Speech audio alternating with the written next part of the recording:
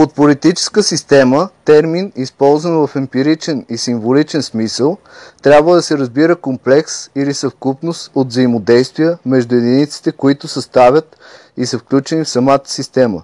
Според Истън, политическата система е система от взаимодействия, чрез които се осъществява авторитетно предаване, authoritative allocations, на непреходни ценности в едно общество. Истън, 1965. Процес на предаването на ценности се осъществява по три различни начина.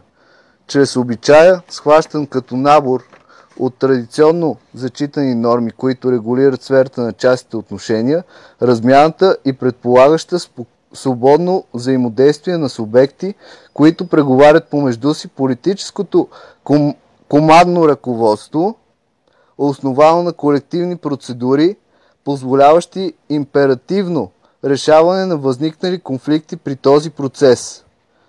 В такъв смисъл политическата система е съставена от редица модели на взаимодействие, чрез които се придават ценностите в едно общество, и това предаване от поколения на поколения е възприето като авторитетно от мнозинството хора. Що се отнася до съвкупността от системи, формиращи обществото, политическата система има основната функция да регулира конфликтите, които иначе биха довели до разпадане на обществото.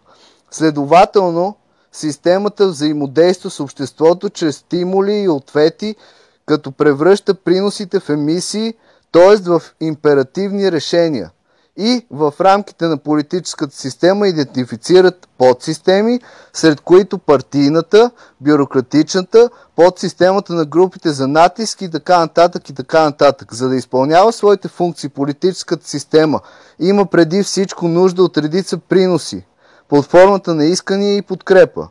Друго, политическите искания, основаващи се на нужди, идеологии, скоби, обществени мнения, очаквания и интереси, са търсене на авторитетно предаване на ценности, които, бидейки породени в условията на системата, се препращат към решаващите фактори. В обществото възникват нужди, които в последствие намират израз чрез искания, а те на свой ред могат да получат държавни решения. Под политическа система, термин, използван в емпиричен и символичен смисъл, трябва да се разбира комплекс или съвкупност от взаимодействия между единиците, които съставят и са включени в самата система.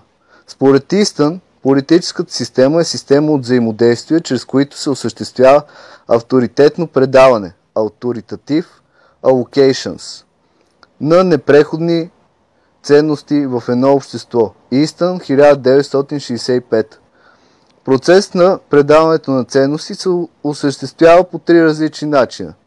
Чрез обичая, схващан като набор от традиционно зачитани норми, които регулират сферата на частните отношения, размяната и предполагаща свободно взаимодействие на субекти, които преговарят помежду си, политическото